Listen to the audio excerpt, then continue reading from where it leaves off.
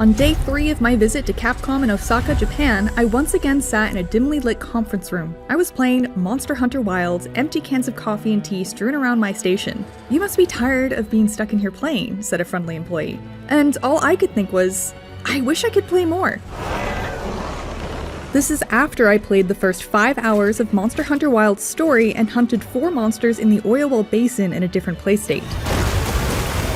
I just couldn't get enough. There are so many nuances to master with the new weapon and gameplay features, and I'm the type of person who wants to figure out exactly how everything works through repetition and experimentation. I am a guides writer. It comes with the territory. But because of my limited time, I needed to focus on the main story.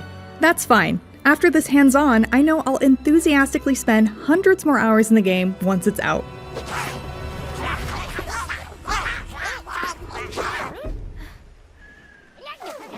I beelined it through the story to make sure I could see everything I could, and in doing so, I crafted and upgraded only what I could as I went. Alrighty.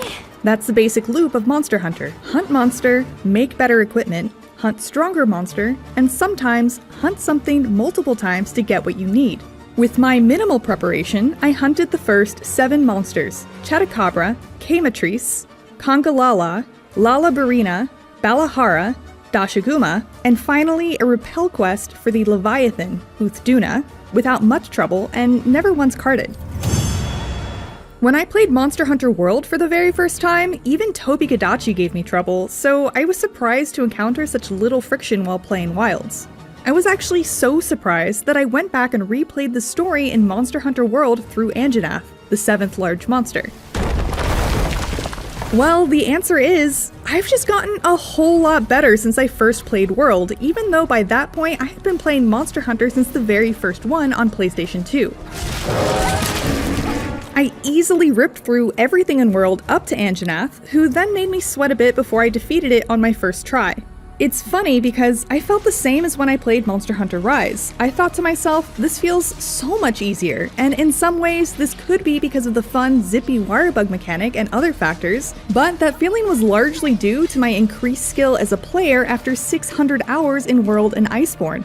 That's not to say I'm now some pro-level Monster Hunter, I'm certainly no speedrunner, but I've improved enough to notice. I'm bringing this up because I often see this lamentation in the community, questioning, perhaps is Monster Hunter simply getting easier? I would suggest that we may just be growing into better hunters. Things are certainly becoming more streamlined and accessible, see optimal health and status recovery and the focus mode that makes it easier to aim, but the developers' goals don't suggest they intend to make Monster Hunter easier. Monsters have been adjusted to account for the new focus and wound systems, and the art director and executive director of Wilds, Kaname Fujioka, said the difficulty in Wilds generally follows suit from World.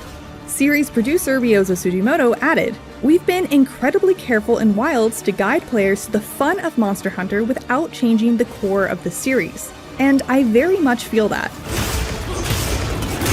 Wilds immediately directs players into the meat of what Monster Hunter really is: hunting large monsters that could be set-piece bosses in other games.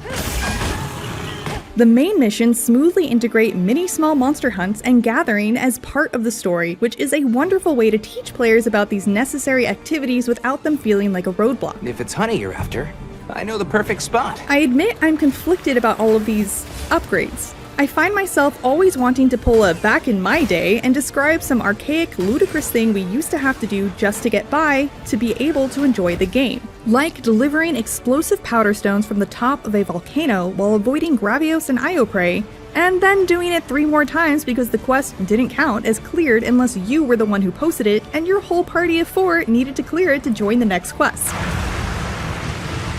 I suppose I'm trying to say Monster Hunter has come a long way, and making it less convoluted and stripping away its non-essential bits and pieces has made it more palatable to a much larger crowd. Now it's largely just delectable meat with the occasional bone and dessert. There are no bitter vegetables to power through to be able to enjoy everyone's favorite parts, except maybe grinding for a specific material. What do you think we'll find? And while on one hand I'm overjoyed that so many people have grown to truly enjoy something I love, there was something about being one of the few who prided themselves on eating their vegetables with a smile on their face. Even so, the evolution of Monster Hunter has continued to impress me. The nostalgia I have for how things used to be doesn't cloud my judgment enough to make me misremember how I actually felt more often than not about needing to gather dozens of mushrooms and herbs and wyvern eggs before I could just finally hunt. This is tedious, and my god, please just let me kill a monster. Wilds delivers the thrill of hunting a monster faster than ever before. The main story immediately spits you into the thick of things, and you'll have hunted your first large monster in the first 20 minutes after customizing your character and palico. There are no Caseyden kerfuffles to contend with. You are one of the chosen hunters to protect your fleet from the big bads, and so that's what you do. You're okay now. The action of these monster hunting quests are seamlessly woven together with narrative tasks that drive the story and exciting cutscenes that drop you right into the fray. We'll meet up later. Travel is often accompanied by NPCs who progress the story with dialogue, so little time is wasted. The entire experience feels full and is structured like a more traditional RPG, as you aren't posting quests from a board and loading into a map like in previous Monster Hunters. At the same time, you still have robust freedom to explore and discover things on your own without having your hand held. I'll need to play more to discover exactly how the new decoration system and ingredient farming work, but it does appear you'll still need to keep up on eating and inventory management yourself to be the best hunter you can be. I do hope there are challenges ahead that will require adequate preparation to succeed, as that's where I think Monster Hunter shines its brightest. But I do believe I may have encountered at least one of those in the oil well basin. I think these might be tracks. We discussed the oil well basin and the 4 monsters I hunted there at length in our interview with the developers, but to summarize, Rompopolo, Ajaraken, Gravios, and the area's apex, the Black Flame New Udra, inhabit the oil well basin, which is designed to be more vertically connected rather than the more horizontally laid out Windward Plains and Scarlet Forest. Though it's filled with lava and mucky oil silt, it's inspired by the deep sea and the inhabitants of the ocean floor. This is much more apparent during the plenty, especially at night, where deep into the oil well basin takes on an ethereal blue hue to contrast its muddy palette during the fallow and the bright, burning red-oranges of the fire spring.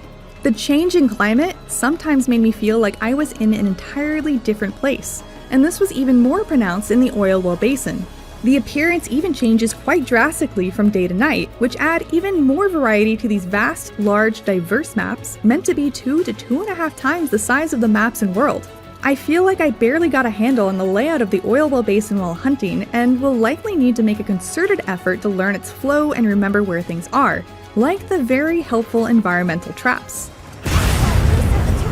As for the monsters I faced there, they were a unique and impressive bunch. Rompopolo is absolutely grotesque and makes great use of its environment by injecting gas into the ground to cause large explosions that bubble up from beneath the oil silt.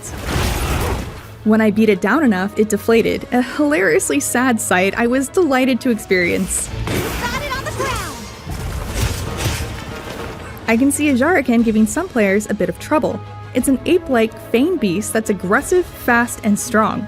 It also just looks cool. How its body glows when it gets ramped up is magnificent, as is one of its strongest attacks, which looks kinda like a fiery Sonic the Hedgehog homing attack.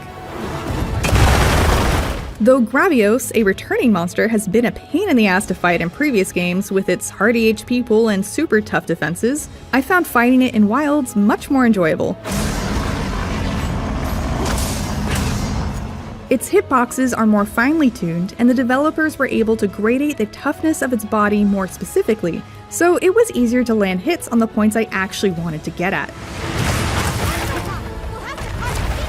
I also didn't get hit by seemingly unfair hip checks, which was a welcome change. Gravios has a new attack the devs were happy to be able to implement too, a beam focused on the ground that turns the immediate surroundings into molten rock that persists with a fiery effect for a few seconds.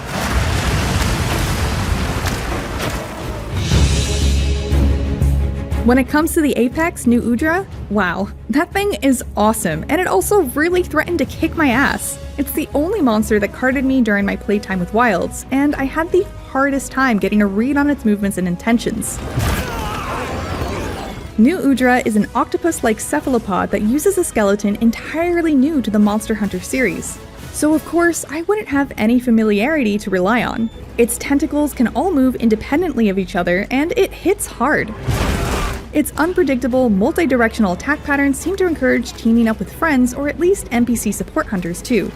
New Udra is uniquely beautiful. The sensory organs on the tips of its tentacles glow when it intends to use them in an attack, and occasionally covers itself in oil silt and engulfs itself in flames.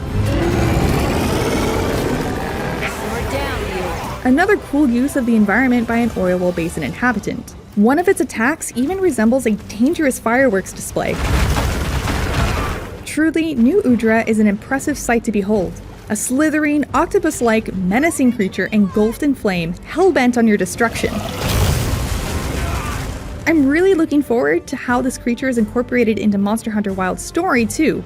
I had no real context around the monster hunts in my time in the oil well basin, as I could only really experience the hunts themselves after the quest start and before the quest complete screen. So all I can really tell you is that the monsters I fought in this build were high rank, as well as my equipment. The build I played in graphics mode on the PS5 also performed significantly better than the open beta test. The monsters and environments acted as they were meant to, for the most part, and I didn't experience any jarring graphical issues or bugs. This comes with the caveats that I was offline playing in single player, and that I, personally, probably wouldn't notice if there was a small graphical stutter while fighting for my life. But if you're in it for the gameplay, I can confidently say that Monster Hunter Wilds works well and looks good, in my opinion. I'm especially impressed by the fire and lava effects I saw in the oil well basin. Wow, what a view! One of my biggest curiosities is how Wild's story progression will work in multiplayer, as it's one of the best parts about Monster Hunter and something I haven't been able to experience in Wilds outside of the open beta test. But I'm told you'll be able to play through the story with friends without the roadblocks encountered in World, which is the most important factor to me. The impressive variety of monsters in Monster Hunter Wilds, both in appearance and behavior, and the environments I've seen have so much attention to detail that it's clear how much care the developers put into the series. This is especially so after speaking with them about it. Truthfully, I could yap about Monster Hunter for days, but I'll leave it at this. I can't wait to sink another 300 hours into a new Monster Hunter. Thanks for watching our preview on Monster Hunter Wilds. Make sure to look out for the full final review closer to launch. For more on Monster Hunter Wilds now, don't miss our interview with the developers on the oil well basins and its apex, New Udra, or our inside look at how the devs select monsters. And for everything else in the world of gaming, stick with IGN.